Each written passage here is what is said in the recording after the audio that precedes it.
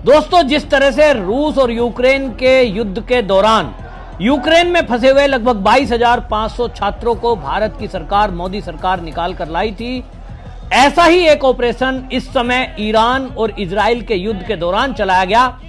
और ऑपरेशन सिंधु के तहत अभी तक ईरान में फंसे हुए लगभग 1,117 भारतीय नागरिकों को मोदी सरकार भारत में सुरक्षित लाने में सफल रही है। यह अपने आप में इतना बड़ा ऑपरेशन है कि जब दो देशों के बीच इस तरह की तनाव की स्थिति हो कि दोनों तरफ से मिसाइलें चल रही हैं, ड्रोन हमले हो रहे हैं, ऐसे में अपने नागरिकों के लिए फ्लाइट चलाकर निकाल के लाना किसी भी खतरे से खाली नहीं है। हमने देखा है कि इस तरह के ऑपरेशन में कभी भी कोई मुगालते से भी कोई हमला हो सकता है। भारतीय सुरक्षित हैं, उसके लिए व्यवस्था की गई।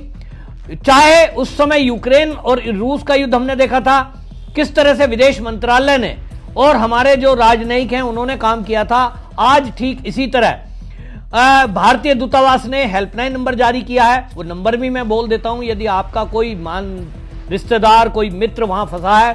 फोन नंबर है +98 91 28 10 9115।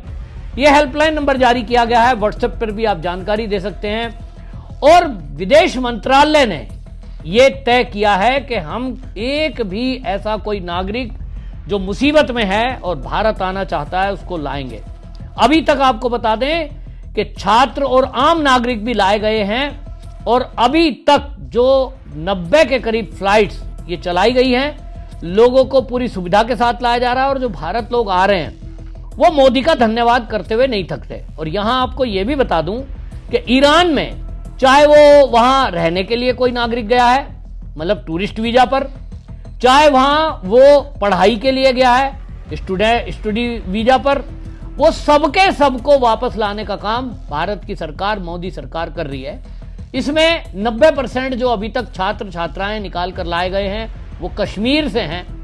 और कश्मीर के छात्र जब दिल्ली में उतरे, वो उमर अब्दुल्ला की तो बुराई कर रहे थे कि साहब हम दिल्ली तक सुरक्षित पहुंचे, फ्लाइट से लाई गए, हमें 5 स्टार होटल में ठहराया गया मोदी सरकार की तरफ से, केंद्र सरकार की तरफ से।